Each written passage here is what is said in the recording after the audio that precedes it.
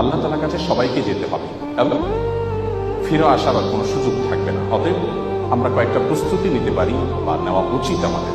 Number 1, আমার ইমানটাকে একটু পরখ করা, যে আমার ইমানটা আসলে ঠিক আছে কিনা, আমার বিশ্বাসটা, আমার ফেথটা ঠিক আছে কিনা, কোনো ত্রুটি আছে কিনা, এটাকে নিয়মিত কারেকশন করা, বিশ্বাসটাকে, ইমানটাকে ঠিক করা। নাম্বার 2, ভালো কাজ দিয়ে গোটা জীবনকে সাজাবার চেষ্টা করা, যে আমার প্রতিটি কাজ হয় ভালো নয় মন্দ, হয় নেকামল হিসাবে গণ্য হবে না বদামল হিসাবে গণ্য হবে।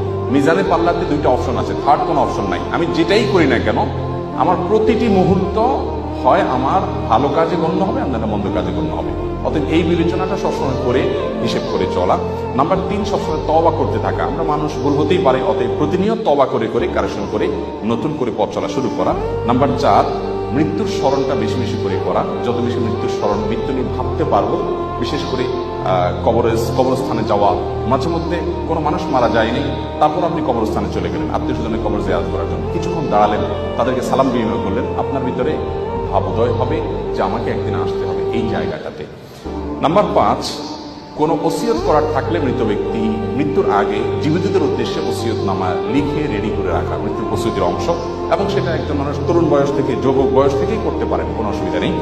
এবং নাম্বার 6, আল্লাহর কাছে ইমানের উপরে অটল থাকার জন্য দোয়া করতে থাকা। নাম্বার 7, 3টা কাজ বেশি বেশি করা। একটা হলো উপকারী ইলম, উপকারী জ্ঞান মানুষকে সরবরাহ করা। দ্বিতীয় হলো সদকা জারিয়া, যেটার দানের স্থায়িত্ব থাকে। আর তৃতীয়ত হলো নেক সন্তান, ভালো সন্তান রেখে যাওয়া। এগুলো আমরা জীবিত থাকতে নিজেদের জন্য আমরা করে যাব এবং প্রস্তুতির অংশ হিসাবে করব। আর মৃত ব্যক্তির জন্য আমরা দোয়া করব, দান করব, বিশেষ করে সদকা জারিয়া।